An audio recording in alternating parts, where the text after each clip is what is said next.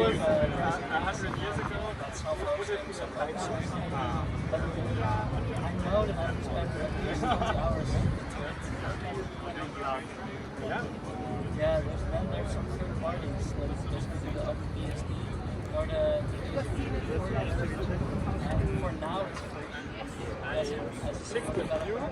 That's also, I don't know, maybe you should start charging More than so you really have to enjoy the tinkering. I think it's two different things. Really great is this is right now I'm also going to the unicorn, right? Yes. Then you have to pay.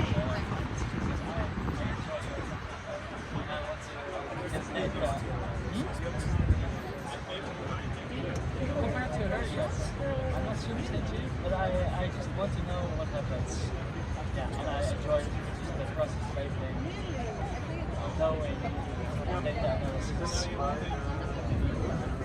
Now there's a learning tool. It's called self-hosted.